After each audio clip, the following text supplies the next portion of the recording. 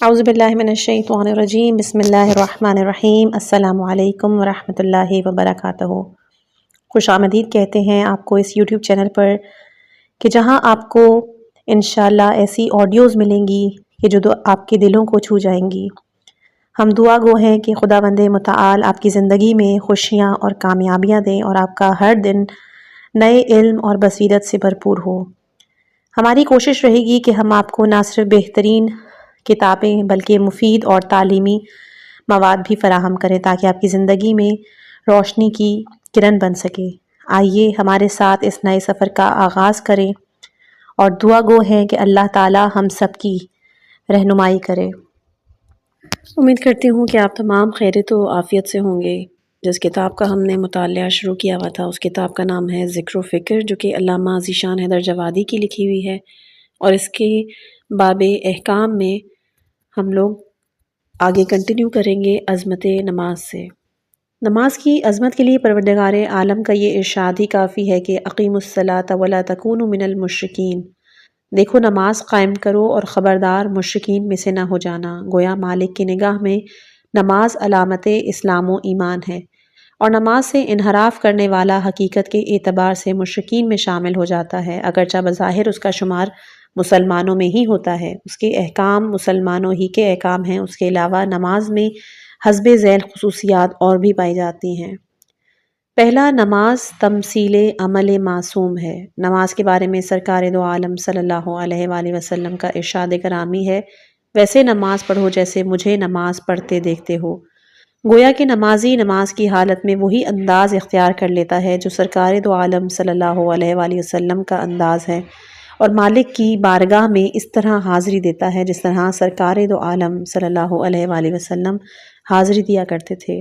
یہ شرف نماز گزار کو تو حاصل ہے، لیکن سرمایہ دار یا صاحب اقتدار کو حاصل نہیں کہ اس کا رہن سہن، انداز حیات و حکومت سرکار دو عالم صلی اللہ علیہ وآلہ وسلم کے عمل کی تمثیل نہیں۔ آپ کی زندگی میں نہ کوئی سرمایہ دار، نہ انداز تھا، نہ حاکمانہ طور طریقہ۔ بندگی کے اعتبار سے آپ بندہ پروردگار ضرور تھے، آپ کا ہر انداز ابدیت کا ایک بہترین آئینہ دار تھا، لہٰذا بندگی کرنے والا تو آپ کا مکمل اتباع کر سکتا ہے، لیکن سرمایہ دار نہ یا حاکمانہ زندگی گزارنے والا آپ کی حیات کی تمثیل نہیں پیش کر سکتا۔ دوسرا، نماز کا ایک امتیاز یہ بھی ہے کہ اس کا رخ ہمیشہ بلندی کی طرف ہوتا ہے۔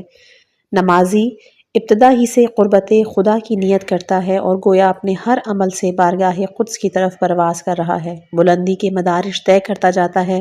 نماز کا یہ وہ شرف ہے کہ جسے دنیا کا کوئی کمال نہیں پا سکتا۔ ہر کمال کا رخ کبھی بلندی کی طرف ہوتا ہے، کبھی پستی کی طرف، لیکن نماز کا رخ اول سے آخر تک بلندی ہی کی طرف رہتا ہے، اور اس کے برخلاف ہو جائے تو نماز کہے جانے کے قابل نہیں۔ نمازی کا بلندی کی طرف پرواز کرنا اس بات کی علامت ہے کہ نماز اس عالم کی شے نہیں بلکہ کسی اور عالم کی شے ہے۔ انسان مٹی کے ڈھیلے کو فضا میں بھی چھوڑ دے تو زمین ہی کی طرف آئے گا، غبارے کو زمین پر بھی باندھ دے تو فضا ہی کی طرف جائے گا، اس لیے کہ مٹی کا مرکز پستی کی طرف ہے اور ہوا کا مرکز بلند تر۔ ہر شے کا یہ فطری خاصہ ہے کہ جس طرف کی ہوگی ہمیشہ اپنے مرکز کی طرف پرواز کرے گی۔ نماز کا قرب الہی کی طرف سفر کرنا علامت ہے کہ اس کا تعلق عالم بالا سے ہے۔ اس کی تصدیق ان روایات سے ہوتی ہے جن میں نماز کے تحفہ معراج ہونے کا ذکر ہے۔ پروردگار نے تمام احکام روح الامین کے ذریعے زمین پر نازل فرمائے، لیکن نماز کا تحفہ سرکار دو عالم صلی اللہ علیہ وآلہ وسلم کو اس وقت دیا ہے جب آپ معراج میں تشریف لے گئے اور وہاں سے واپس تشریف لا رہے تھے۔ قدرت نے نہ چاہا کہ میرا حبیب اتنے عظیم اور طویل سفر سے خالی ہاتھ واپس جائے، اس لیے امت کی فلاح و نجات کے لیے ایک تحفہ ساتھ کیا، کسی ایک خطے، علاقے یا دور کے لیے نہیں بلکہ ہر علاقے والوں کے لیے ہر دور میں وہ کام آ سکتا ہے۔ اگلا یہ کہ نماز کی تحفہ معراج ہونے کا ایک اثر یہ بھی ہے کہ انسان اپنے کو معراج کی بلندیوں پر محسوس کرنے لگتا ہے۔ تحفے کا خاصہ ہے کہ انسان جب اسے استعمال کرتا ہے تو یہ محسوس کرتا ہے کہ گویا اب میں انہی منزلوں پہ پہنچ گیا ہوں۔ آب زمزم کا استعمال کرنے والا اپنے کو مکے میں محسوس کرتا ہے، خاک شفا پر سجدہ کرنے والا روحانی طور پر فضائے کربلا میں سجدہ کرتا ہے، خراسان کی سوکھی روٹی کھانے والا اپنے کو امام رضا علیہ السلام کے دسترخوان کا ایک مہمان تصور کرتا ہے۔ نجف کی فضا میں چند روز تحصیل علم کرنے والا اپنے کو نجفی کہنے میں فخر محسوس کرتا ہے، اور جب انسانی فطرت یہی ہے تو نمازی کو حق ہے کہ وہ 2 رکعت نماز ادا کر کے اپنے کو معراج کی منزلوں میں محسوس کرے، چند لمحوں کے لیے اس دنیا سے بلند تر ہو کر فضائے قدس کا مسافر نظر آئے۔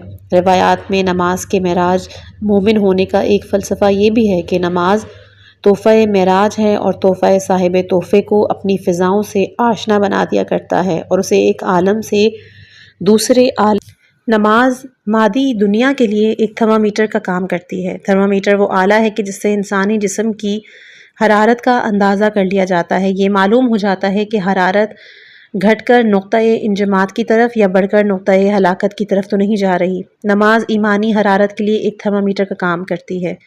ہر شخص کا خیال یہ ہے کہ وہ حقیقی صاحب ایمان ہے اور ایمان و عقیدے کے مقابلے میں کسی شے کو کوئی اہمیت نہیں دیتا۔ اس کا عزیز ترین سرمایہ اس کا ایمان ہے اور ایمان سے بلند تر کوئی شے نہیں۔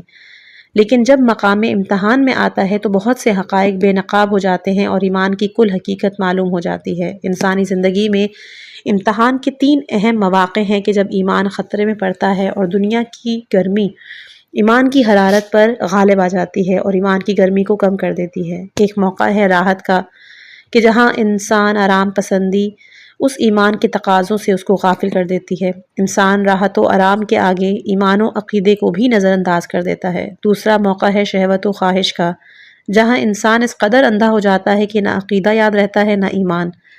دل میں بس ایک آرزو ہوتی ہے کہ دنیا کی خواہش کی تکمیل ہو اور اس کے بعد آخرت کی خبر خدا جانے۔ تیسرا موقع ہے فرصت، کہ انسان کام کرتے کرتے تھک جاتا ہے تو تھوڑی دیر فرصت سے بیٹھنا چاہتا ہے، اور اس وقت اسے کوئی بھی چیز اچھی نہیں لگتی، چاہے ایمان و عقیدہ ہی کیوں نہ ہو۔ پروردگار نے نماز کے 3 اوقات معین کر کے ہر ایمانی حرارت کا امتحان لیا۔ صبح کی نماز راحت اور ایمان کا مقابلہ ہے، اور اس وقت یہ اندازہ ہوتا ہے کہ انسان کی زندگی میں راحت زیادہ اہمیت رکھتی ہے یا ایمان و عقیدہ۔ ظہرین کی نماز خواہشات کا تھرمامیٹر ہے کہ انسان دنیا کمانا چاہتا ہے اور زیادہ سے زیادہ اسباب دنیا حاصل کر لینا چاہتا ہے۔ نماز بندگی پروردگار کی دعوت دیتی ہے، اور مغربین کا وقت فرصت اور عبادت کا ٹکراؤ ہے، جہاں صاحب ایمان مصلی کا رخ کرتا ہے اور ذوف الایمان انسان پہلے آرام کے بارے میں سوچتا ہے اور اس کے بعد نماز کا خدا حافظ ہے۔ واضح رہے کہ جس طرح دنیا میں کسی منزل تک پہنچا دینے والا جس شرط کا مطالبہ کرتا ہے اس پر عمل مطابق عقل و فطرت ہوتا ہے، اسی طرح آخرت میں جنت تک پہنچانے والے کے شرائط پر بھی مکمل طور سے عمل ہونا چاہیے۔ آخرت میں شفاعت کروانے والے معصومین علیہم السلام نے یہ شرط لگا دی ہے کہ ہم اہل بیت علیہ السلام کی شفاعت نماز کو ہلکا خیال کرنے والوں کے لیے نہیں ہے۔ نماز سرچشمہ طاقت۔ اس میں کوئی شک نہیں کہ انسان ایک کمزور ہستی ہے، کمزور ہی پیدا ہوا ہے۔ خلق الانسان ضعیفا، اس کی خلقت اور فطرت کا جائزہ لیا جائے تو اس میں کمزوری کے علاوہ کچھ نظر نہیں آتا۔ وہ آغاز خلقت سے اٹھنے بیٹھنے کھانے پینے کی قابل بھی نہیں تھا۔ اس کی آنکھیں صحیح معنوں میں بصارت اور اس کے کان واقعاً سماعت کا کام بھی نہیں کرتے تھے۔ وہ کمزوری کا مجسمہ اور ناطاقتی کا نمونہ ہوتا ہے۔ یہ تو مالک فطرت کا کرم ہے کہ وہ انسان کو صحرا و بیابان میں نہیں اتارتا، بلکہ ماں باپ کی گود میں نازل کرتا ہے تاکہ ناطاقتی میں ایک طاقت کا سہارا رہے اور کمزور میں کوئی ہاتھ پکڑنے والا۔ لیکن اس کے پہلو میں ایک حقیقت یہ بھی ہے کہ انسان آگے چل کر اس قدر طاقتور ہو جاتا ہے کہ اپنے کو سپر پاور کا نام دے دیتا ہے اور اسی بنیاد پر انتہائی غرور و استکبار کا شکار ہو جاتا ہے۔ اب سوال یہ پیدا ہوتا ہے کہ انسان کی اس طاقت کا سرچشمہ کہاں ہے اور وہ اس غرور و فریب میں کس طرح مبتلا ہو جاتا ہے؟ بات صرف یہ ہے کہ انسان کی طاقت کے 2 میدان ہیں، انفرادی اور اجتماعی۔ انفرادی طاقت کے لیے وہ ماں باپ کی محبت، بزرگوں کی شفقت، غذاؤں کی خوبی، ماحول کی رنگینی، مادی اسباب کا سہارا لیتا ہے، اور اس کے بغیر طاقت تو بڑی بات ہے، زندگی کا محفوظ رہنا بھی مشکل۔ لیکن اجتماعی میدان میں یہ اسباب کام نہیں آتے۔ وہاں مختلف وسائل سے اپنے کو طاقتور ثابت کیا جاتا ہے، اور اس طرح دوسروں کا کیا ذکر ہے، اپنے نفس کو بھی دھوکہ دیا جاتا ہے۔ پہلا طاقت کا ایک وسیلہ نسل ہے کہ بعض نسل کے افراد کا خیال یہ ہے کہ ہمیں دنیا پر حکومت کرنے کا حق ہے، اور دیگر افراد کا فرض ہے کہ وہ ہمارے محکوم بن کر زندہ رہیں اور ہمارے اعمال پر عمل کرتے رہیں۔ ہم طاقتور نظر آئیں اور وہ کمزور۔ بعض افراد کی نگاہ میں یہ وسیلہ رنگ ہے، گورے رنگ کا مالک ہونا طاقت کا سرچشمہ ہے، اور کالے رنگ والے کی کمزوری یہ کہ وہ کالا پیدا ہوا، لہٰذا اسے غلامی کی زندگی گزارنی ہے اور گورے انسان کو اس پر حکومت کرنی ہے۔ حقوق انسانی کے دستور نے طاقت کا سرچشمہ عوام کو قرار دیا کہ جس شخص کو بھی عوام کی حمایت حاصل ہو وہ طاقتور ہے، ورنہ کمزور کا کمزور ہی رہے گا۔ الیکشن کی بنیاد اسی تصور پر رکھی گئی اور حکومتوں کی طاقت کا مرکز یہی عوامی اکثریت ہے جس نے ایک فریق کو طاقتور اور دوسرے کو کمزور بنایا۔ لیکن سوال یہ ہوتا ہے کہ کیا ان مصادر و مراکز کی کوئی حقیقت ہے؟ کیا ان میں واقعاً کوئی طاقت و قوت پائی جاتی ہے؟ ہرگز نہیں۔ اونچی نسل کا آدمی اونچا فرض کر لیا جاتا ہے، لیکن اس اونچائی میں کوئی طاقت و قوت پائی جاتی ہے ایسا ہرگز نہیں۔ یہ صرف ایک تصور ہے کہ جو اونچی نسل میں پایا جاتا ہے ہم طاقتور ہیں۔ ایک تو ہم ہے جو دوسری نسلوں میں پیدا ہو گیا ہے کہ ہم کمزور ہیں، ورنہ نہ اس نسل میں کوئی طاقت ہے نہ ہی اس نسل میں کوئی کمزوری۔ علاوہ اس کے کہ نسلوں میں اونچائی اور پستی کا تصور بھی ایک اعتباری شے ہے جس کی طاقت کی دنیا میں کوئی حقیقت نہیں۔ احترام اور عزت دوسری شے ہے، طاقت کی دنیا اس سے بالکل مختلف ہے۔ اس کے لیے کوئی دوسرا ہی مرکز و مصدر درکار ہے۔ یہی حال رنگ کا ہے۔ رنگ میں کوئی طاقت نہیں پائی جاتی اور نہ اس سے قوت و ضعف کا فیصلہ کیا جا سکتا ہے۔ یہ ایک تاریخی تصور یا توہم ہے کہ ایک رنگ والے کا طاقتور اور حاکم تصور کر لیا جائے اور دوسرے کے مقدر میں غلامی لکھ دی جائے، ورنہ حقیقت کے اعتبار سے اس تفرقے کی کوئی واقعیت نہیں، نہ کسی رنگ میں کسی طرح کی کوئی طاقت پائی جاتی ہے۔ عوام کا سرچشمہ طاقت ہونا بھی فرضی اور اعتباری حکومت کے لیے تو کارآمد ہو سکتا ہے، لیکن واقعی قدرت و طاقت اور حقیقی حکومت و اقتدار کے لیے اس کی کوئی حیثیت نہیں۔ بھلا یہ کس طرح معقول ہو سکتا ہے کہ جو انسان فطری طور سے کمزور اور ناطاقت پیدا ہو ان کا ایک مجموعہ طاقت کا سرچشمہ بن جائے اور کسی شخص کو واقعی طاقتور بنا دے؟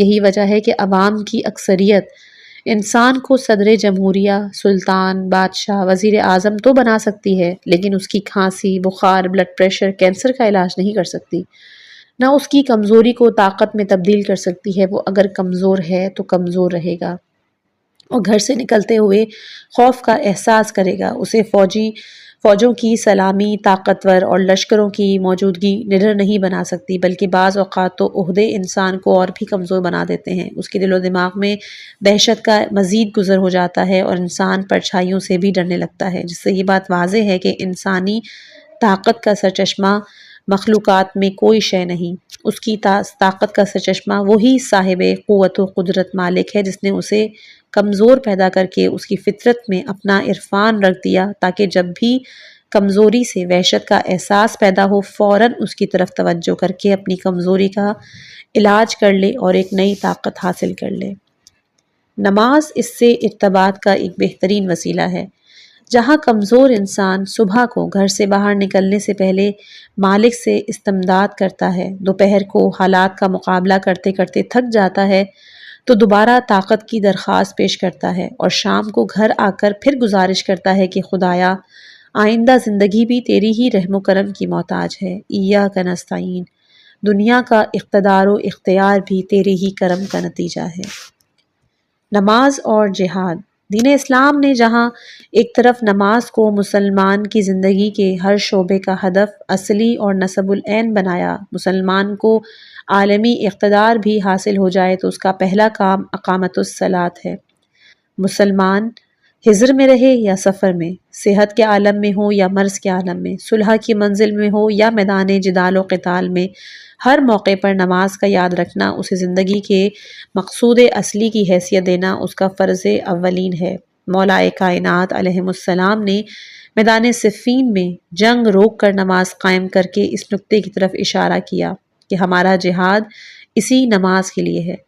نماز مقصد جہاد ہے، اور نماز اور جہاد میں اس قدر گہرا رابطہ پایا جاتا ہے کہ یہ بات آداب جہاد میں شامل ہے کہ اس کا سلسلہ نماز کے بعد شروع کیا جائے، اور یہ بات مقاصد جہاد میں شامل ہے کہ ہر گام پر نماز کا خیال رکھا جائے۔ تو جس طرح اسلام نے نماز کو جہاد کا اول و آخر بنایا، اسی طرح خود نماز کو بھی جہاد کی ایک شکل دے دی تاکہ مسلمان نمازی اور مجاہد دو قسموں پر تقسیم نہ ہو جائیں۔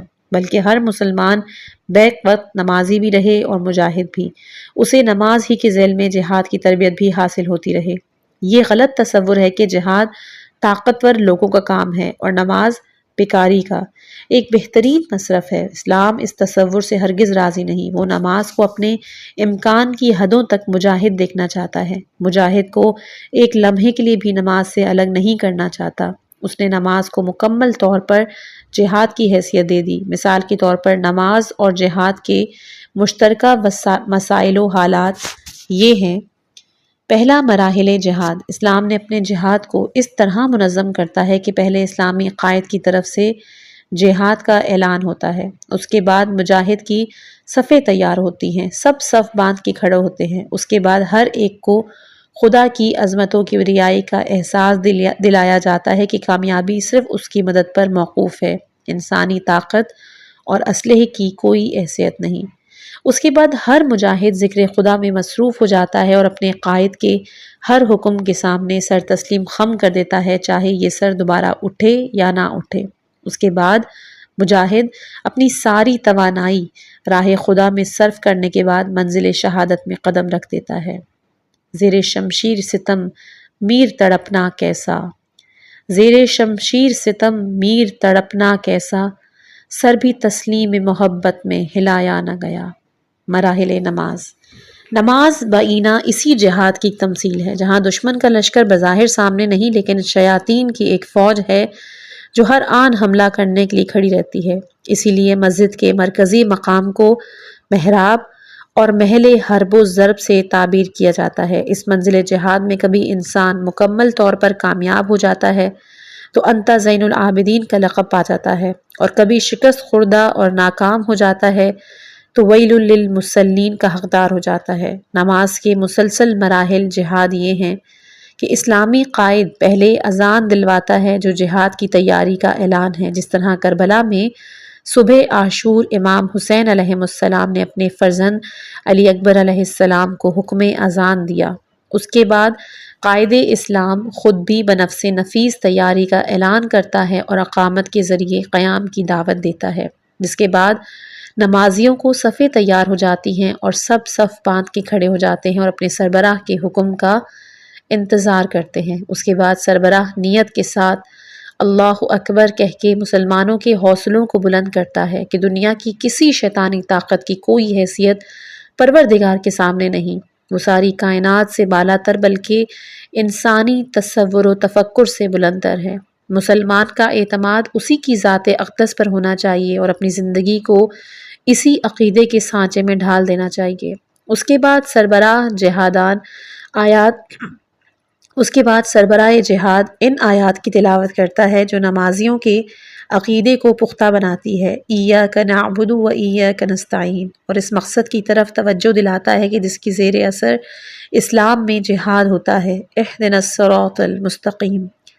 اس کے بعد تمام مجاہدین بشکل رکوع اور اس کی بارگاہ میں سر جھکا دیتے ہیں، اس قدر جھک جاتے ہیں کہ پشت کی سطح برابر ہو جاتی ہے، گویا اسلامی قوانین کا بار مکمل طور پر اٹھانے کے لیے تیار، کسی حکم کے گرنے یا پھسل جانے کا کوئی امکان نہیں۔ پھر گردن کو آگے کی طرف بڑھا دیتے ہیں کہ یہ جہاد مکمل قربانی کے لیے ہے، اس کے نتیجے میں سر قلم بھی ہو جائے تو کوئی فکر نہیں۔ اس کے بعد اسی جذبے کی تکمیل کے لیے سر سجدہ معبود میں رکھ دیا جاتا ہے کہ اس سے بڑا کوئی مرحلہ فنائے نفس اور قربانی ذات کا نہیں ہے۔ اس کے بعد تشہد کی شکل میں شہادت دی جاتی ہے اور سلام کی صورت میں تسلیم محبت کے مرحلے کی تکمیل۔ نماز جمعہ۔ نماز کے جملہ تصورات کی ایک نمایاں شکل نماز جمعہ میں نظر آتی ہے، جو فی الواقع جہاد کی تیاری کا ایک بنیادی اہتمام ہے۔ عام طور سے اسلامی جہاد جمعے کے دن نماز کے بعد ہی شروع ہوتا ہے۔ اس نماز کی بنیادی مناظر یہ ہیں کہ پہلے اذان دی جاتی ہے، اس کے بعد قرآن مجید مسلمانوں کو آواز دیتا ہے کہ قائد اسلام کی آواز سننے کے بعد فوراً دوڑ پڑو اور ہر طرح کے کاروبار کو نظر انداز کر دو۔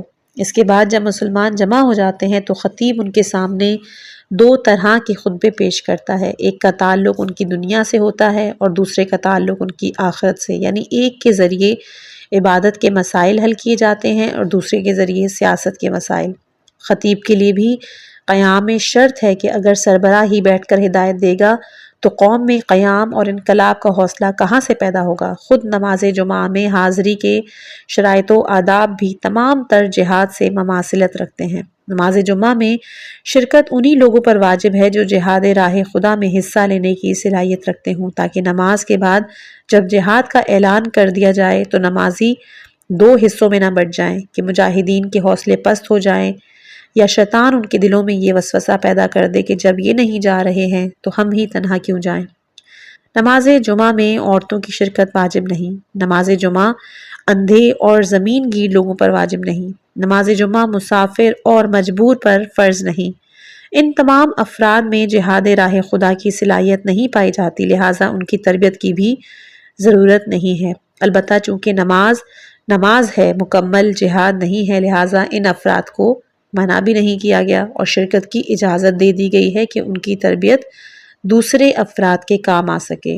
نماز جمعہ میں جماعت کی شرط بھی جہاد کی ایک تمثیل ہے اور نماز جمعہ کے واجب عینی ہونے میں حضور امام کی شرط بھی جہاد کی ایک شکل ہے کہ جس طرح واجب کا وجوب امام اصل کے اذن کے بغیر نہیں ہو سکتا، اسی طرح نماز جمعہ کا وجوب عینی بھی اذن امام عادل کے بغیر نہیں ہو سکتا، اور یہ تمام باتیں دلیل ہیں کہ اسلام میں نماز اور جہاد فلسفہ اوقات نماز بندگی کی لذت سے نا آشنا اور عبادت سے فرار کرنے والی طبیعتیں ہمیشہ اطاعت و عبادت کے مسئلے میں طرح طرح کے شکوک و شبہات پیدا کرتی رہتی ہیں اور کسی بھی قیمت پر مالک کے احکام کے سامنے سر نیاز جھکانے کے لیے تیار نہیں ہوتی۔ ان کا تمام تر خیال یہ ہوتا ہے کہ عبادت کے معاملے میں کسی طرح کا جبر یا قانون نہیں ہونا چاہیے، بلکہ اسے انسان کی پسند، مرضی اور ثوابدید پر چھوڑ دینا چاہیے۔ وہ اپنی سہولت اور اپنے حالات کے اعتبار سے جس طرح مناسب ہوگا عبادت کر لے گا۔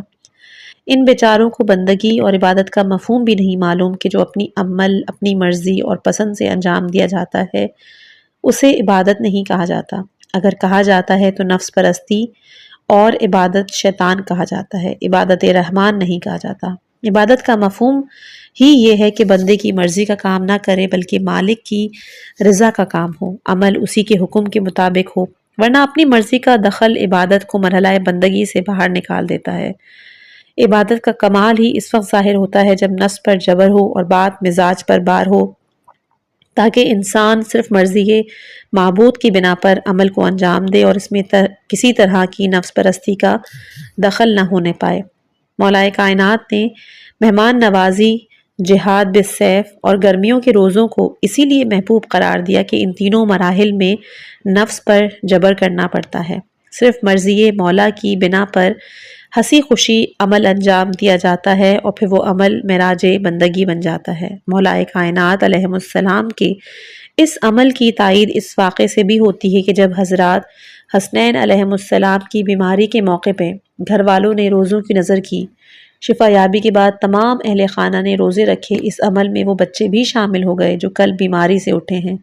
پھر افطار کے موقع پہ سارا سامان یتیموں، مسکینوں، اسیر کے حوالے کیا تو پروردگار نے اس کی مدح کے لیے ایک آیت کو کافی نہیں سمجھا بلکہ پورا سورہ نازل کر دیا اور اس امر کا اعلان بھی کیا کہ یہ عظیم جزا صرف اس لیے ہے کہ یہ عمل خالص بندگی کا عمل ہے، اس میں کسی طرح کی نفسانی خواہش یا مادی جذبے کا دخل نہیں ہے۔ بہرحال اعتراض پسند طبیعتوں کا ایک اعتراض یہ بھی ہے کہ نماز کے اوقات الگ الگ کیوں رکھے گئے ہیں؟ کیا یہ ممکن نہیں تھا کہ 17 رکعت نماز واجب کر کے انسان کو آزاد کر دیا جاتا کہ وہ اپنی سہولت کے اعتبار سے کسی وقت بھی 17 رکعت نماز ادا کر دیتا؟ ظاہر ہے کہ اس اعتراض کے پیچھے کوئی منطق نہیں، یہ صرف اعتراض برائے اعتراض ہے، ورنہ جب پروردگار نے ماہ مبارک کے روزوں کو ایک ساتھ واجب کر دیا تو انہی طبیعتوں نے پھر یہ سوال اٹھایا کہ 30 روزے ایک ساتھ کیوں؟ انہیں سال بھر پر تقسیم کر دیا جاتا تو زیادہ بہتر تھا۔ گویا نماز الگ الگ کر دی جائے تو مصیبت اور روزہ ایک ساتھ رکھ دیا جائے تو قیامت۔ مولا کائنات علیہ السلام نے کوفے والوں کے بارے میں سچ فرمایا تھا کہ انہیں راہ خدا میں جہاد کرنے کی سعادت حاصل نہیں۔ یہ گرمی میں گرمی کا بہانہ کرتے ہیں، سردی میں سردی کا عذر کرتے ہیں، اور کھلی ہوئی بات ہے کہ جو موسم کی سختی برداشت نہیں کر سکتا وہ تلواروں کی آنچ کو کس طرح برداشت کرے گا؟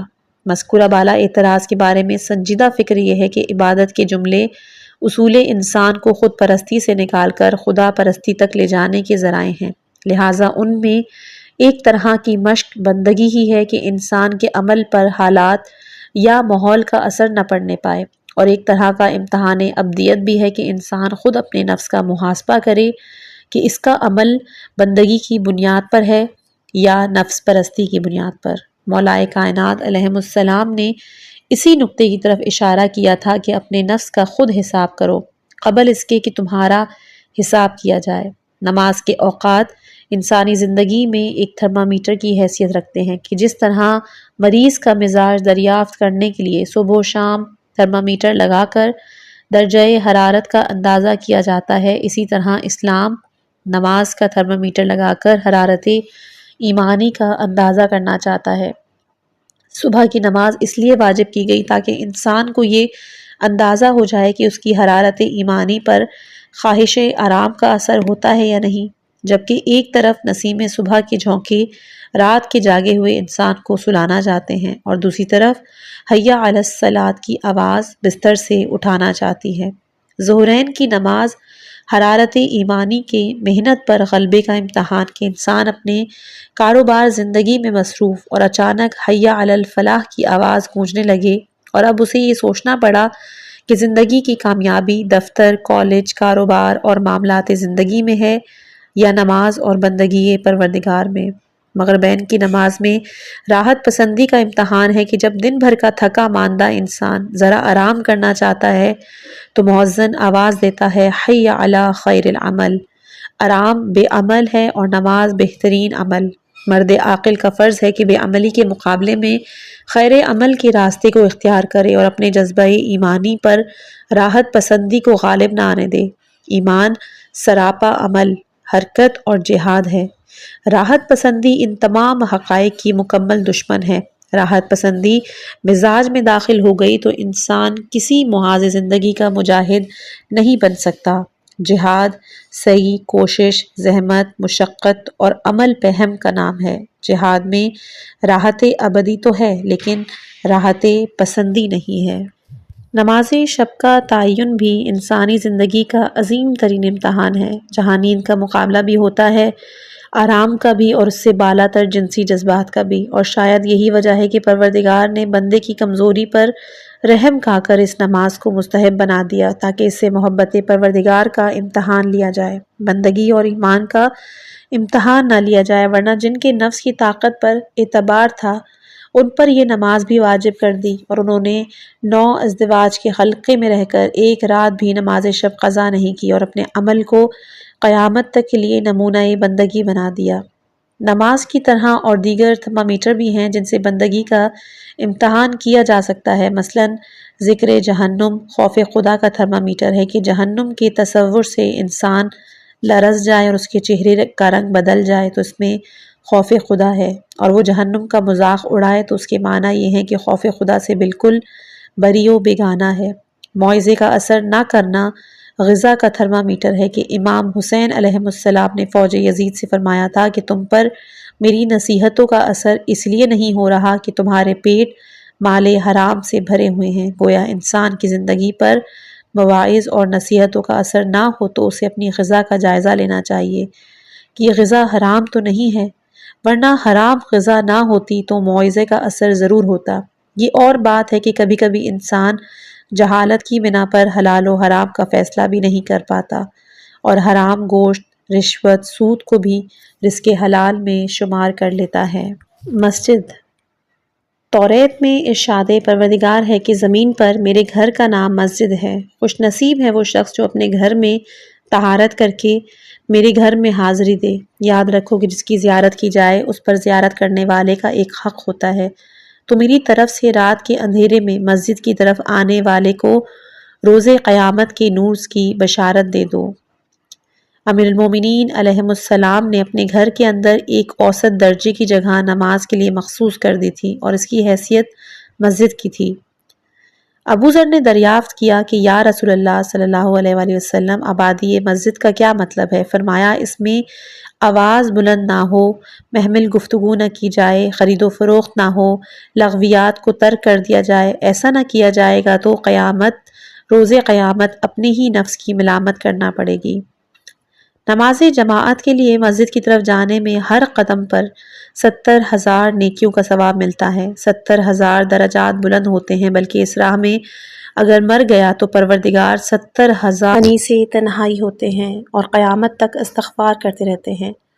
مسجد میں بیٹھنا جنت میں بیٹھنے سے بہتر ہے، اس لیے کہ جنت میں بیٹھنا میری اپنی خواہش اور مسجد میں بیٹھنا میرے پروردگار کی مرضی۔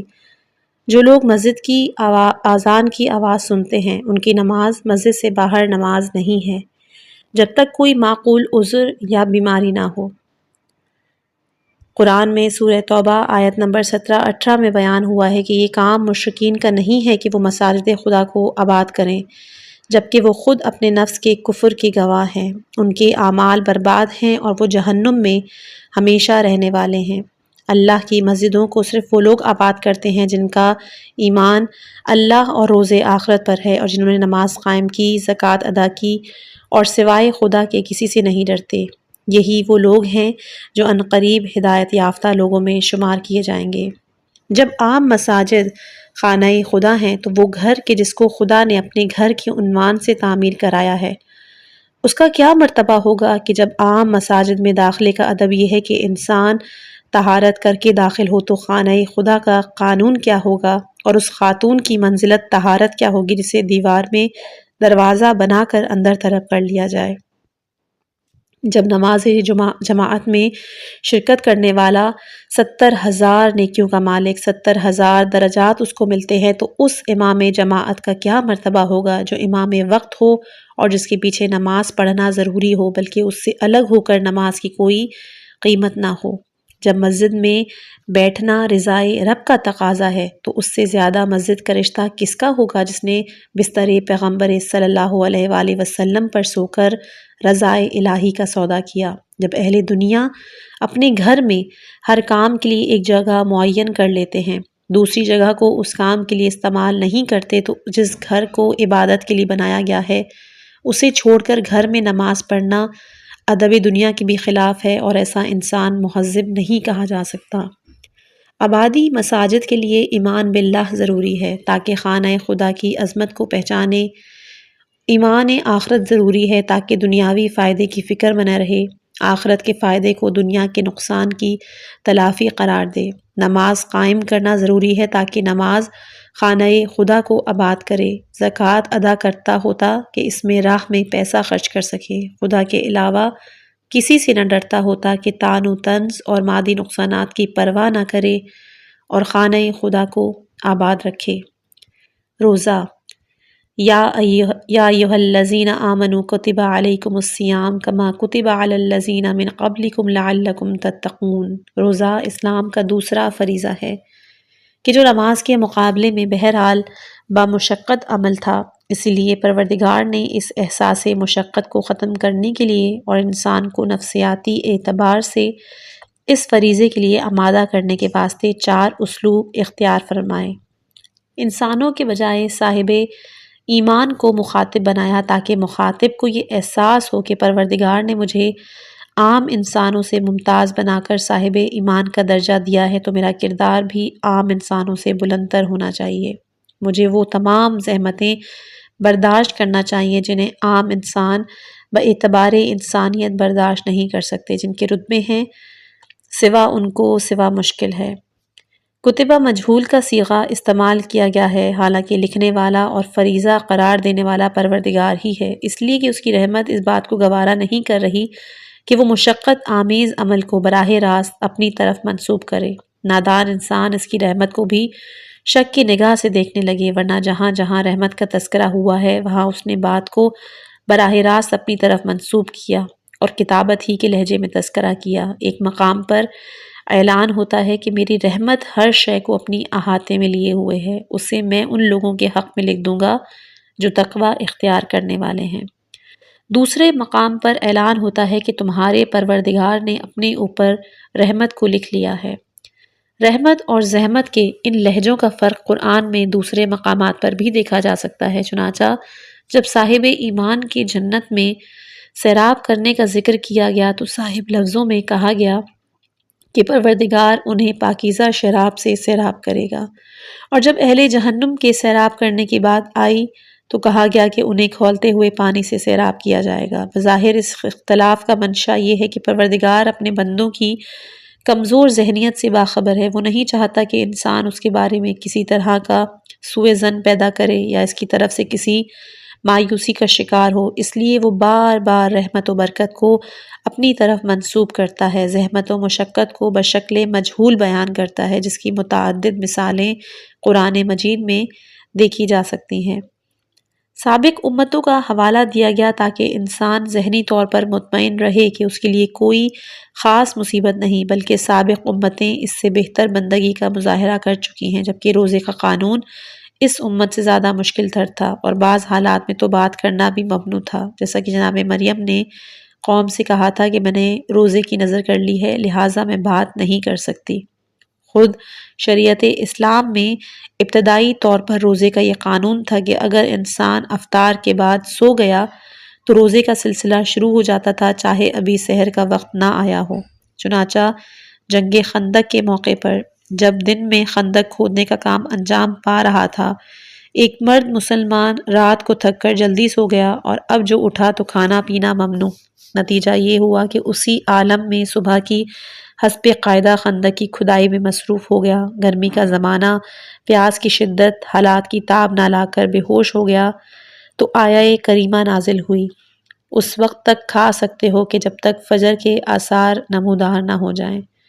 تو اگر کل کا مسلمان ایسے روزے رکھ کر اس طرح کی مشقت برداشت کر سکتا تھا تو آج کا مسلمان اس راحت و آرام کے دور میں کیوں نہیں کر سکتا؟ لیکن اس اطمینان قلب کے لیے دور سابق کا حوالہ ضروری ہے۔ چنانچہ قرآن نے یہی کام انجام دیا اور صاف اعلان کر دیا کہ تم پر اس طرح روزے واجب کیے گئے ہیں جس طرح سابق امتوں پر واجب کیے گئے تھے۔ لعلکم تتقون کے فائدے کی نشاندہی کی گئی کہ روزہ نہ کوئی محمل اور بے سود عمل، نہ اس میں پروردگار کا کوئی فائدہ، یہ تمہاری ہی فائدے کے لیے واجب کیا گیا ہے۔ فائدہ بھی عظیم ترین فائدہ کہ جسے تقویٰ کہا جاتا ہے اور جس کی افادیت کی طرف قرآن مجید نے مختلف انداز سے اشارہ کیا، صاف لفظوں میں بتا دیا کہ تقویٰ دنیا میں بھی کام آئے گا اور آخرت میں بھی۔ دنیا میں انسان کسی مشکل میں مبتلا ہو جائے تو پریشان ہو جائے تو اس کا بہترین حل تقویٰ ہے۔ وَمَن يَتَّقِ اللَّهَ يَجْعَل لَّهُ مَخْرَجًا وَيَرْزُقْهُ مِنْ حَيْثُ لَا يَحْتَسِبُ کہ جو شخص بھی تقویٰ الہی اختیار کرتا ہے، پروردگار اس کے لیے مشکلات سے نکلنے کے راستے بناتا ہے، اسے ایسے مقام سے روزی دیتا ہے جس کا وہم و گمان بھی نہیں، اور آخرت میں جنت کا بہترین وسیلہ تقویٰ ہے۔ جنت صاحبان تقویٰ سے قریب تر کر دی جائے گی۔ ماہ مبارک رمضان ایک تعارف۔ ماہ مبارک رمضان وہ مبارک مہینہ ہے کہ جس کا تذکرہ قرآن نے اپنے نزول کے ساتھ کیا۔ اس مہینے میں وہ قرآن نازل ہوا کہ جس میں ہدایت کی واضح نشانیاں اور حق و باطل میں تفرقے کے نمایاں نشانات پائے جاتے ہیں۔ اس مہینے میں وہ ایک رات بھی آتی ہے جسے شب قدر یا شب مبارک کہا گیا ہے اور 1000 مہینوں سے بہتر قرار دیا گیا ہے۔ سرکار دو عالم صلی اللہ علیہ وآلہ وسلم نے ماہ شعبان کے آخری جمعے کے خطبے میں اس مہینے کا تذکرہ ان الفاظ میں کیا: ایھا الناس، تمہاری طرف اللہ کا مہینہ برکت، رحمت اور مغفرت کا پیغام لے کر آ رہا ہے۔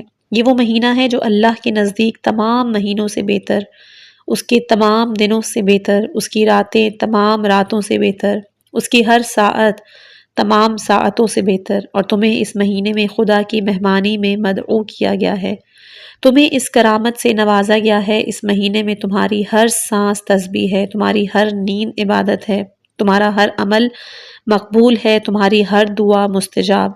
شرط یہ ہے کہ خدا سے سچی نیت، پاکیزہ دل کے ساتھ یہ دعا کرو کہ وہ تمہیں روزے اور تلاوت قرآن کی توفیق دے۔ جو شخص اس مہینے میں مغفرت سے محروم ہو گیا، اس سے زیادہ بدبخت کوئی نہیں۔ دیکھو اپنی بھوک اور پیاس سے قیامت کی بھوک اور پیاس کو یاد کرو، آخرت سازی کا کام انجام دو۔ اس مہینے کو تاریخی اعتبار سے بھی بہت سی امتیازات حاصل ہیں جو دوسرے مہینوں کو نہیں ہیں۔ نزول توریت، اس مہینے کی 6 تاریخ کو توریت نازل ہوئی جسے پروردگار نے جناب موسیٰ علیہ السلام کو تختیوں کی شکل میں عنایت فرمایا، اور جس کے لیے جناب موسیٰ علیہ السلام کو کوہ طور پر جا کر خدا کا مہمان رہنا پڑا اور مسلسل عبادات میں اوقات گزارنا پڑے۔ لیکن جس پیغام الہی کا بروقت انجام یہ ہوا کہ جناب موسیٰ کے واپس آنے تک قوم گمراہ ہو گئی تھی، اور جناب ہارون علیہ السلام کی مسلسل ہدایت کے باوجود حق و باطل میں امتیاز کے لیے تیار نہ تھی۔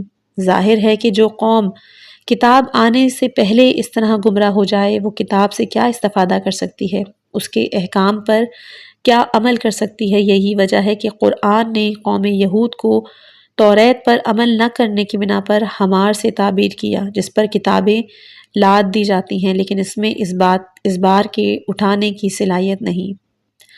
دوسرا، نزول انجیل، اسی مہینے کی 13 تاریخ کو انجیل کا نزول ہوا، جس کا علم جناب عیسیٰ علیہ السلام اپنے ساتھ لے کر آئے اور گہوارے ہی سے اعلان کیا کہ پروردگار نے مجھے کتاب دی ہے اور نبوت سے سرفراز کیا ہے۔ لیکن جس قوم نے جناب عیسیٰ علیہ السلام کے اعلان بندگی کی قدر نہ کی، انہیں فرزند خدا بنا دیا، وہ ان کی کتاب کا کیا احترام کرے گی؟ نتیجہ یہ ہوا کہ جناب عیسیٰ علیہ السلام حکم پروردگار سے آسمان کی طرف اٹھا لیے گئے اور قوم کے پاس انجیل باقی نہ رہ سکی۔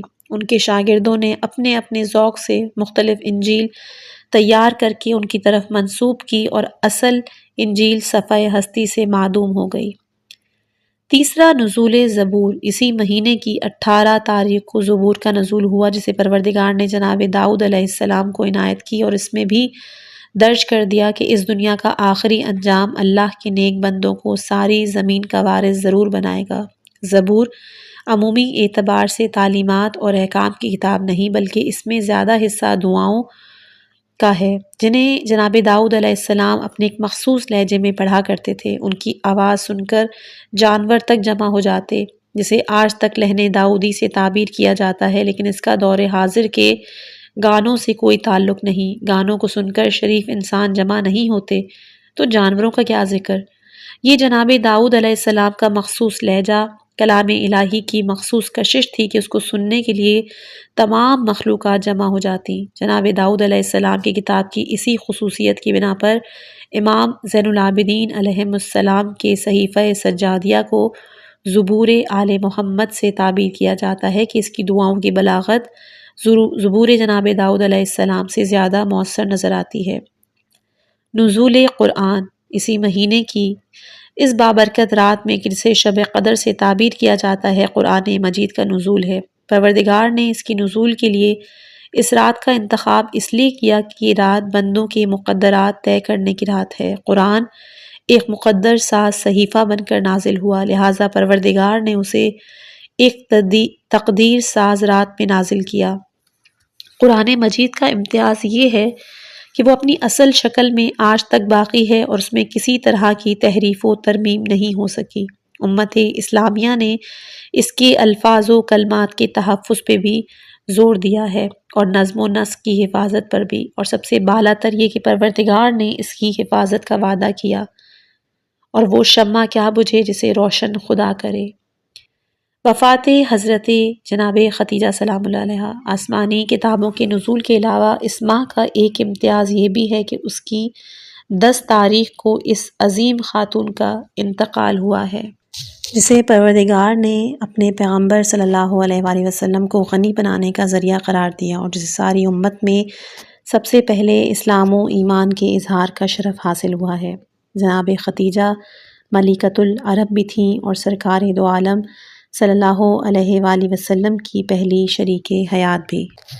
آپ کا سب سے بڑا امتیاز یہ ہے کہ آپ کی زندگی میں سرکار دو عالم صلی اللہ علیہ وآلہ وسلم نے کوئی عقد نہیں فرمایا، نہ کسی کو آپ کی محبت کا شریک قرار دیا۔ آپ نے رسم و رواج کے سارے بتوں کو توڑ کر خود سرکار دو عالم صلی اللہ علیہ وآلہ وسلم کو عقد کا پیغام دیا تاکہ کوئی بدبخت سرکار پر طمع دنیا کا الزام نہ لگائے۔ پھر آپ نے اس سے پہلے کے تمام پیغامات کو ٹھکرا کے سرکار دو عالم صلی اللہ علیہ وآلہ وسلم کا انتخاب کیا تاکہ اہل دنیا کی وجاہت اور سرکار دو عالم صلی اللہ علیہ وآلہ وسلم کی عظمت کا فرق واضح ہو سکے۔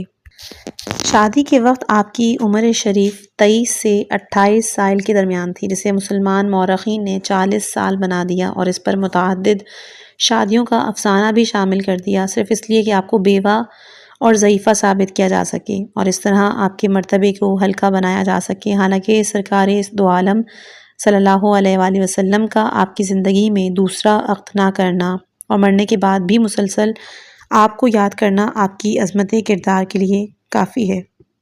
کہا جاتا ہے جناب ختیجہ کی عمر 40 سال قرار دینے کا فائدہ یہ ہے کہ اس طرح سرکار صلی اللہ علیہ وآلہ وسلم پر خواہش پرستی کا الزام نہ آ سکے، اور یہ کہنا آسان ہوگا کہ آپ نے 25 سال کی عمر میں 40 سال کی عورت سے عقد کیا، لیکن یہ بات اسی وقت کارآمد ہو سکتی ہے جب حضرت عائشہ کی عمر وقت عقد 6-7 سال نہ بیان کی جائے، ورنہ یہ الزام اور پختہ ہو جائے گا کہ پیغمبر اسلام صلی اللہ علیہ وآلہ وسلم نے 50 سال کی عمر میں 6 سال کی بچی سے عقد کیا، اور یہ خواہش پرستی کی بدترین مثال ہے۔ ولادت امام حسن علیہ السلام اس مہینے کی 15 تاریخ کو 3 ہجری میں امام حسن علیہ السلام کی ولادت باسعادت ہوئی کہ جس کو رسول اکرم صلی اللہ علیہ وآلہ وسلم نے اپنا پھول اور جوانان جنت کا سردار قرار دیا تھا۔ امام حسن علیہ السلام صدیقہ طاہرہ اور مولائے کائنات علیہ السلام کے فرزند تھے، اور پروردگار نے مختلف مقامات پر اس اولویت کے شرف کو باقی رکھا۔ چنانچہ چادر تطہیر میں وارد ہونے والوں میں بھی آپ کو اولویت کا شرف حاصل ہے، میدان مباہلہ میں جانے والوں میں بھی آپ سب سے آگے تھے۔ قدرت نے بے شمار فضائل و مناقب سے نوازا۔ سرکار دو عالم صلی اللہ علیہ وآلہ وسلم نے آپ کی ناز برداری کرنے کے لیے ناقیقہ انداز اختیار کیا۔ عید کے موقع پر آپ کا لباس جنت سے آیا۔ سورہ دہر کے نزول میں آپ کی بیماری اور آپ کے اطعام کا بھی دخل۔ آپ نے 41 ہجری میں مولائے کائنات علیہ السلام کی شہادت کے بعد رسول صلی اللہ علیہ وآلہ وسلم کی سیرت کے مطابق صلح فرمائی اور آخر حیات تک اپنے عہد کی پاسداری کی۔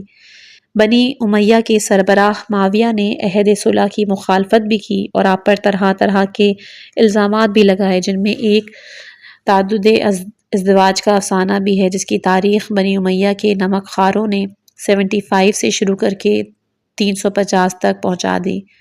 یہ اور بات ہے کہ ان عورتوں کے نام بتانے سے بھی قاصر رہے، شجرہ نسب، کردار اور مہر و نفقے کا کیا ذکر، لیکن خدا کا شکر ہے کہ اس طویل و عریض افسانے کے ذیل میں بھی یہ خبر سننے میں نہیں آئی کہ امام حسن علیہ السلام نے کسی کا مہر نہیں ادا کیا یا کسی نے آپ کے خلاف نفقے کا مقدمہ دائر کیا ہو، جو پاکیزگی کردار کی بہترین مثال اور جس کا جواب ملنا ناممکن ہے۔ شہادت مولائے کائنات علیہ السلام اسی مہینے کی 19 تاریخ کو صبح کو مسجد کوفہ میں عین حالت سجدے میں امیر علیہ السلام کو زخمی کیا۔ سر مبارک پر تلوار کا وہ بھرپور وار کہ جس سے مغز سر بھی دوپارہ ہو گیا۔ یہ اور بات ہے کہ اس کے بعد بھی آپ ارشاد فرماتے رہے کہ جو دریافت کرنا ہے دریافت کر لو، اللہ والوں کے دماغ پر نہ تلوار کا اثر ہوتا ہے نہ بخار کا۔ وہ اور لوگ ہیں کہ جن کا دماغ بہک جایا کرتا ہے، اللہ والے عقل مجسم ہوتے ہیں اور ان کی عقلوں پہ حالات زمانے کا اثر نہیں۔ اس شب میں مولائے کائنات علیہ السلام اپنی دختر نیک اختر جناب ام کلثوم علیہ السلام کے ہاں مدعو تھے، اور افطار کے بعد تمام رات مسلسل آسمان کی طرف دیکھتے رہے اور فرماتے رہے کہ یہی وہ رات ہے جس کی سرکار دو عالم صلی اللہ علیہ وآلہ وسلم نے خبر دی۔ پھر صبح کے وقت مسجد میں آ کر خود ہی اذان بھی دی کہ اذان کوئی حقیر عبادت یا معمولی پیشہ نہیں، یہ دین خدا کی دعوت اور اسلام کی نقابت ہے جس کا واقعی شرف ہر ایک کو حاصل نہیں ہوتا۔ ابن ملجم کی تلوار سے زخمی ہونے کے بعد مولائے کائنات علیہ السلام بیت الشرف میں تشریف لائے۔ 2 دن تک مسلسل زہر کے اثر سے متاثر 21ویں کی رات میں ایک تفصیلی وصیت فرمائی جس میں احکام اسلامی پر زور دیا، نماز، روزہ، حج، تلاوت قرآن، حق ہمسایہ، نصرت مظلوم کی دعوت دی، اور صبح ہوتے ہوتے اپنے پروردگار کی بارگاہ میں حاضر ہو گئے۔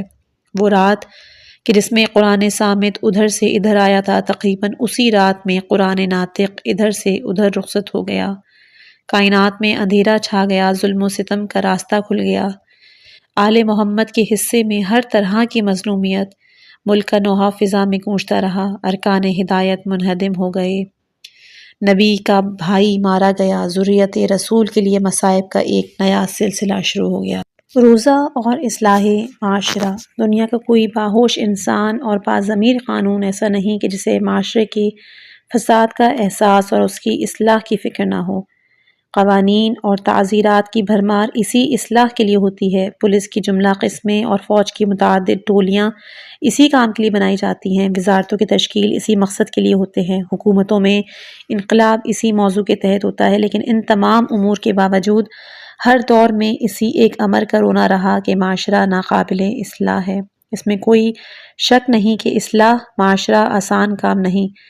جب تک انسان کے اندر نفس امارہ اور اس کے خواہشات موجود ہیں، اور جب تک اس کا قدیم ترین دشمن اس کے سینے کی کمین گاہ میں بیٹھ کر وسوسے کے تیر چلاتا رہے گا، اس کا راہ راست پر آ جانا یا باقی رہ جانا انتہائی دشوار گزار کام ہے۔ لیکن انسانوں اور معاشروں کی ناکامی کا ایک راز یہ بھی ہے کہ اکثر مفکرین نے مرض کی جڑوں کو نہیں پہچانا، اکثر معالجوں نے طول عمل سے گھبرا کر علاج کو لمحوں میں تمام کر دینا چاہا، جبکہ فطرت کی گہرائیوں میں پائی جانے والی کمزوری کا علاج لمحوں میں نہیں ہوتا۔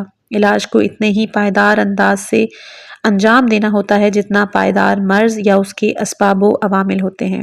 دین اسلام نے اس سلسلے میں دو باتوں پر زور دیا: اصلاح نفس اور پاکیزگی نیت۔ دنیا کا ہر باشعور انسان اس امر سے باخبر ہے کہ انسانی اعمال کے سب سے بڑا محرک اس کا ارادہ ہوتا ہے۔ انسان کا کوئی عمل ارادے کے بغیر انجام نہیں پا سکتا۔ ارادہ ہی اس کے اعمال کی تحریک کرتا ہے اور ارادہ ہی اس کے کردار کی تصویر تیار کرتا ہے۔ ارادہ پاکیزہ ہو جائے تو عمل کے فاسد ہونے کا کوئی امکان نہیں، ارادہ ہی ناپاک ہو جائے تو عمل کی طہارت کا کوئی امکان نہیں۔ دنیا کے قوانین نے ظاہری اصلاحات پر بے حد زور صرف کیا، لیکن ارادوں کی پاکیزگی کے موضوع کو تقریباً نظر انداز کر دیا ہے، اور اس کا راز شاید یہ بھی ہے کہ مصلحین عالم خود بھی پاکیزگی نیت و ارادے کی دولت سے محروم، اور ان کے کردار کی تشکیل بھی اسی دولت سے محرومی کی ماحول میں ہوئی۔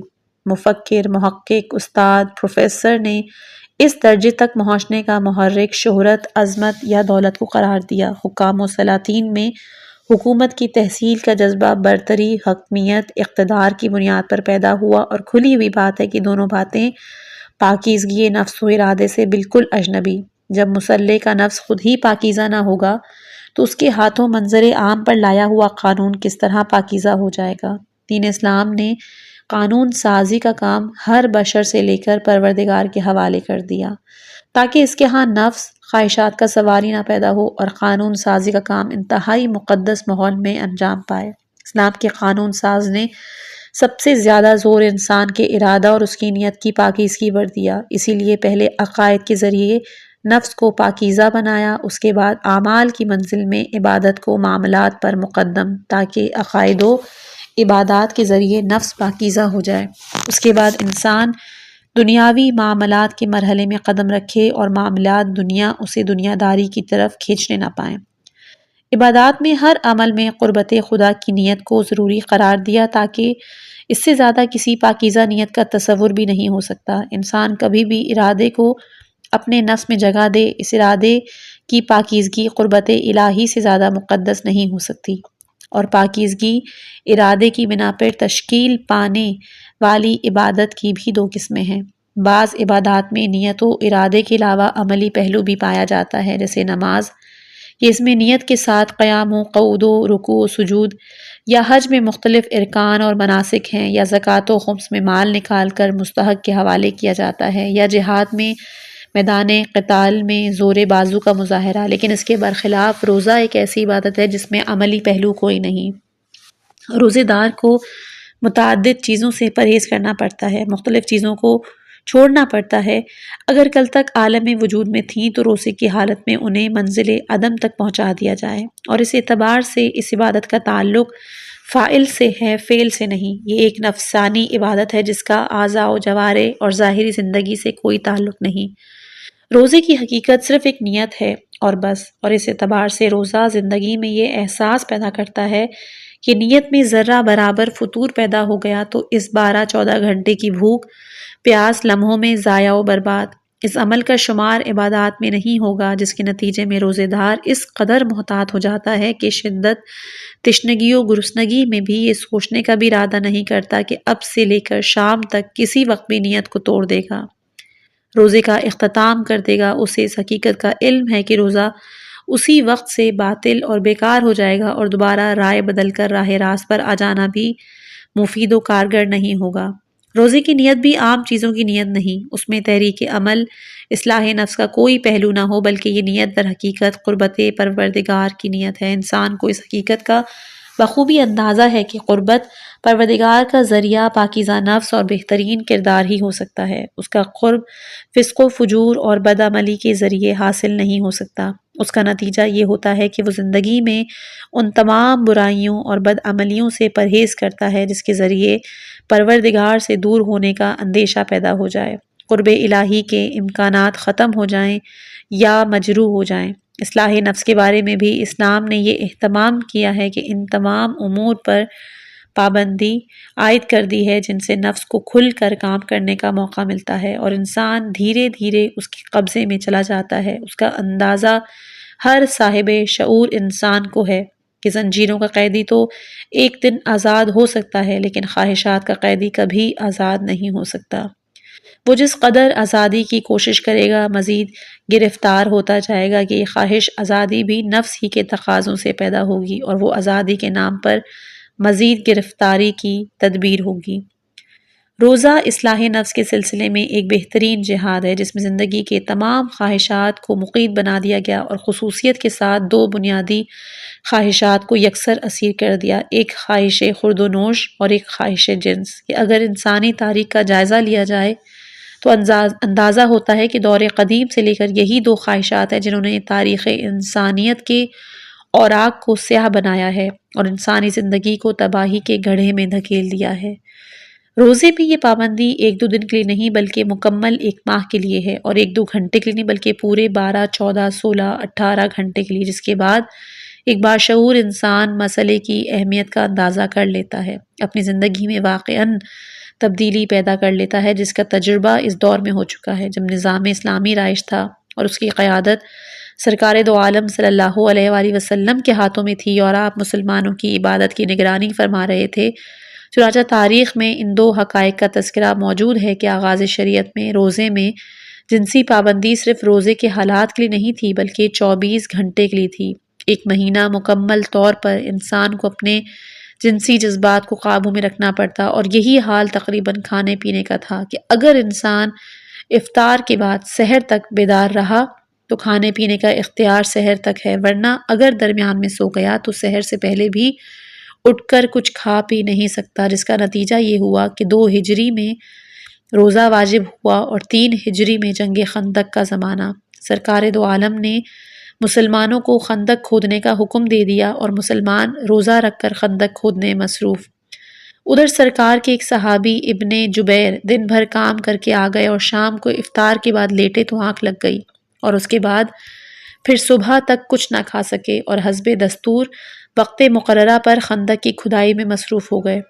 تھوڑی دیر کے بعد ضعف و نقاہت اور بھوک پیاس کی بنا پر غش کھا کر اور پرانی پابندی کو خداوند متعال نے برطرف کر دیا، یا اسی طرح بعض روایات کی بنا پر بعض اصحاب نے شب کے وقت اپنی زوجہ سے ہم بستری کی اور صبح آ کر سرکار دو عالم صلی اللہ علیہ وآلہ وسلم سے فریاد کی کہ میں تو ہلاک ہو گیا، تو وہی پروردگار نے اس پابندی کو بھی برطرف کر دیا اور رات کو ہم بستری جائز ہو گئی۔ ان دونوں واقعات سے اس حقیقت کا اندازہ ہو جاتا ہے کہ روزے نے چند دنوں میں مسلمان کے نفس کو اس قدر پاکیزہ بنا دیا تھا کہ وہ بھوک و پیاس کی شدت میں محنت کر سکتا تھا لیکن بہانہ بازی کر کے روزہ نہیں چھوڑ سکتا، یا اس طرح وہ جنسی تعلقات کو ایک ہلاکت اور بربادی تصور کرتا تھا کہ حکم پروردگار کی مخالفت میں ہلاکت و بربادی کے علاوہ اور کیا ہو سکتا ہے۔ ظاہر ہے کہ جب کوئی عمل انسان کو اس قدر پاکیزہ نفس بنا دے تو ایسے افراد سے تشکیل پانے والا معاشرہ کس قدر صالح و پاکیزہ ہوگا۔ یہ صحیح ہے کہ سرکار دو عالم صلی اللہ علیہ وآلہ وسلم کے دور میں اعمال کا تجربہ 9-10 سال سے زیادہ کا نہیں۔ اس مختصر سے وقفے میں دور قدیم کی جاہلیت کو تقوی کے سانچے میں نہیں ڈھالا جا سکتا، لیکن متعدد نیک کرداروں کا پیدا ہو جانا اس بات کی علامت ہے کہ قانون میں اصلاح معاشرہ کے عناصر پائے جاتے ہیں اور اس میں اس مہم کے سر کرنے کی صلاحیت موجود ہے۔ اب اگر بعض افراد پر اثر نہیں ہوتا ہے تو اس کا سبب ان کی جاہلیت یا سابقہ بد نفسی اور بد کرداری ہے، ورنہ سادہ مزاج انسان پر اگر ایسے قوانین کا تجربہ کیا جائے تو یقیناً قانون 100% نتیجہ دے سکتا ہے۔ روایات معصومین علیہم السلام، اس کے بعد روایات معصومین علیہ السلام کا جائزہ لیا جائے تو ان میں روزے کے ان تمام صفات کا حوالہ کہ جن کی طرف توجہ دینے والا انسان یقیناً پاکیزہ نفس بن سکتا ہے اور ان کا معاشرے پر تجربہ یقیناً اصلاح معاشرے کا عمل انجام دے سکتا ہے۔ مثال کے طور پر چند مواقع ملاحظہ ہوں کہ امام جعفر صادق علیہ السلام نے فرمایا کہ روزہ دور قدیم میں بھی واجب تھا، لیکن اس دور میں صرف انبیاء و مرسلین پر واجب ہوا کرتا تھا۔ امت پیغمبر اسلام صلی اللہ علیہ وآلہ وسلم کو پروردگار نے یہ ایک خاص شرف بخشا کہ اس خیر و برکت میں سرکار کے ساتھ اسے بھی شامل کر لیا، اور یہاں قانون کا اعلان یا ایھا الذین آمنو کے عنوان سے ہوا۔ ظاہر ہے اگر کسی انسان میں واقعاً یہ احساس پیدا ہو جائے کہ مالک نے ذمہ داری عطا کر کے مجھے خاصان خدا کی صف میں لا کھڑا کیا، اس کے طفیل میں مجھے صاحبان ایمان کہہ کے پکارا اور براہ راست خطاب کیا، یہودیوں کی طرح رسول اکرم صلی اللہ علیہ وآلہ وسلم کو ذریعہ نہیں بنایا کہ قل یا ایھا الذین ھادوا، تو اس کے نیک کردار اور پرہیزگار بن جانے میں کوئی کسر نہیں رہ جاتی۔ رسول اکرم صلی اللہ علیہ وآلہ وسلم نے حدیث قدسی کے حوالے سے پروردگار عالم کا یہ ارشاد نقل کیا ہے کہ ابن آدم کا ہر عمل اس کے لیے ہوتا ہے لیکن روزہ صرف میرے لیے اور میں ہی اس کی جزا دوں گا۔ امام جعفر صادق علیہ السلام نے فرمایا کہ روزے کے واجب ہونے کا ایک سبب یہ بھی ہے کہ مالدار کو غریب کی بھوک اور پیاس کا احساس پیدا ہو اور وہ اس کے حال پہ رحم کرے، اس طرح غریب کے حالات بھی بہتر ہو جائیں گے۔ دوسری طرف وہ غریب و فقیر کے جو حالات کی بنا پر فاقہ کر رہا تھا، اس کا فاقہ بندگی کی شکل اختیار کر کے باعث اجر و ثواب بن جائے گا۔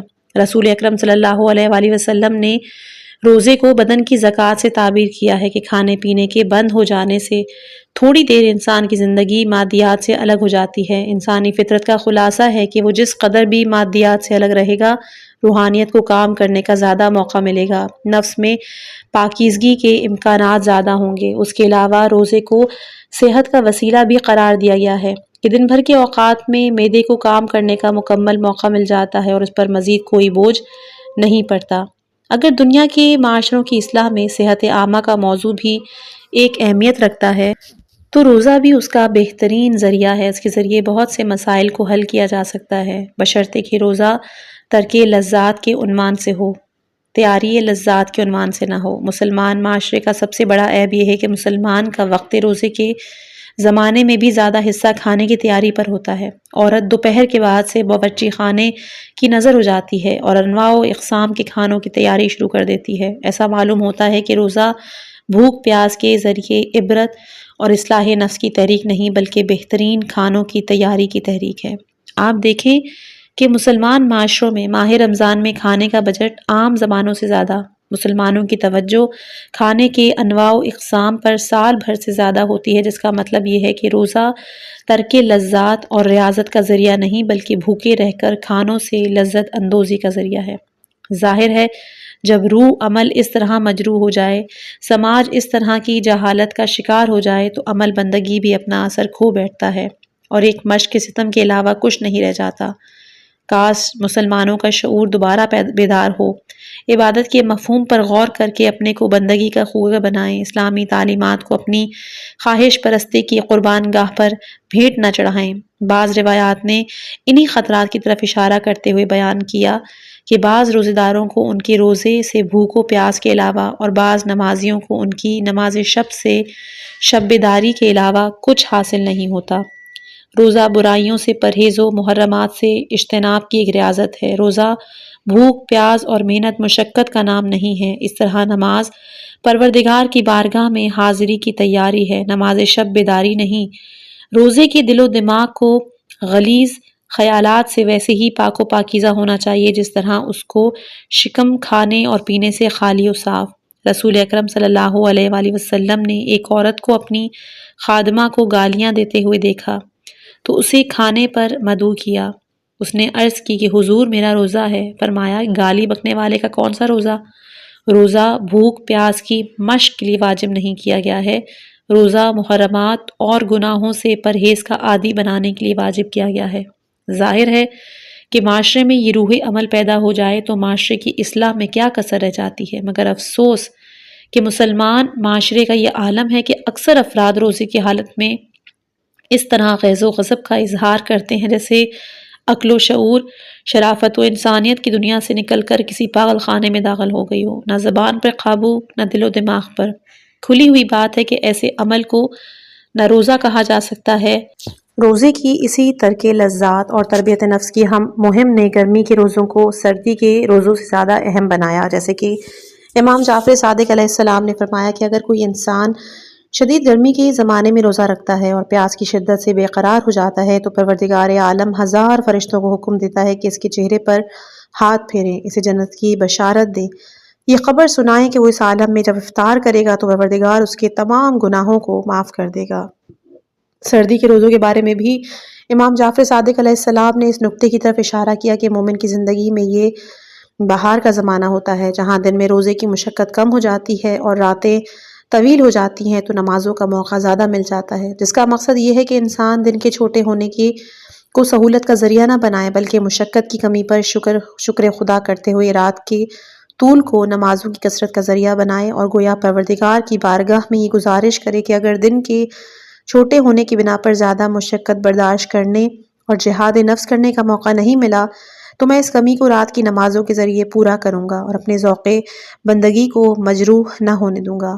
حرف آخر کہ روزے کی اہمیت اور اصلاح معاشرے میں اس کے اثرات کا اندازہ کرنا ہے تو اس تصور کا سہارا لینا ہوگا کہ اگر کوئی ایسا سماج پیدا ہو جائے جس کے افراد اپنے نفس پر اس قدر کنٹرول پیدا کر لیں جس میں چاہیں کھانا پینا چھوڑ دیں، جب چاہیں جنسی لذت سے بے نیاز ہو جائیں، جب چاہیں گرمی کی شدت کا مقابلہ اور پانی کے اندر سر نہ ڈبونے پائیں اور جب چاہیں زبان پر اتنا قابو کہ حرف غلط زبان پہ نہ آئے۔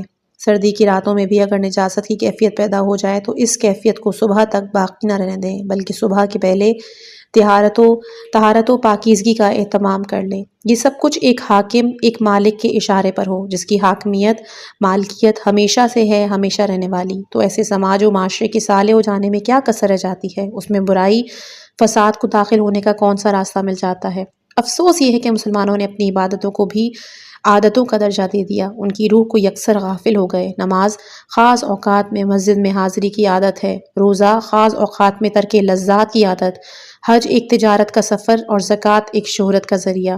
کھلی ہوئی بات ہے کہ جب معاشرہ اندر سے اس قدر کھوکھلا ہو جائے تو باہر کے رکھ رکھاؤ سے اصلاح کا کام نہیں لیا جا سکتا، فساد کو ختم کرنے کا کوئی راستہ نہیں۔ اسلامی احکام کی افادت کے لیے اس ماحول کو تشکیل بے حد ضروری جس میں نظام صاحبان تقویٰ کے ہاتھ میں ہو اور عمل کی تربیت دینے والے صاحبان علم و معرفت، تاکہ وہ ہر فرد کو عمل کی واقعی حیثیت اور اس کی روح سے آشنا بناتے رہیں۔ معاشرہ اصلاح کی راہ پر گامزن رہے، ورنہ معاشرہ صالح اور صحت مند قیادت سے محروم ہو گیا اور علم اقتدار کا غلام بن گیا تو ہر عمل روح علم سے محروم ہو جائے گا۔ نتیجہ یہ ہوگا کہ نظام کے ذمہ دار افراد شعبان کے آخر میں بیمار ہو جائیں گے اور ماہ مبارک کے اختتام تک دوبارہ صحت مند، تاکہ عید کی مبارکباد قبول کر سکے۔ اس طرح معاشرے کی اصلاح کے امکانات ختم ہو جائیں گے اور فساد بڑھتا ہی چلا جائے گا۔ اگرچہ اس فساد کو ایک دن ختم ہونا ہے، کوئی بھی ظلم و ستم ہمیشہ رہنے والا نہیں۔ وارث پیغمبر صلی اللہ علیہ وآلہ وسلم کا ظہور یقینی ہے، عالم کی اصلاح بھی قطعی اور واقعی ہے، وقت کا انتظار لازم ہے اور عمل کی تحریک ضروری۔ نتیجہ اپنے وقت پر ظاہر ہوگا۔ کسان محنت آج کرتا ہے اور زراعت مہینوں کے بعد تیار ہوتی ہے۔ دنیا آخرت کی کھیتی ہے، محنت بہرحال لازمی ہے اور نتیجہ بھی انشاءاللہ قطعی ہے۔ انشاءاللہ کہ اگلا حج کا جو موضوع ہے فلسفہ حج، وہ اگلی ویڈیو میں بیان ہوگا۔ اپنی دعاؤں میں یاد رکھیے گا۔ والسلام علیکم ورحمۃ اللہ۔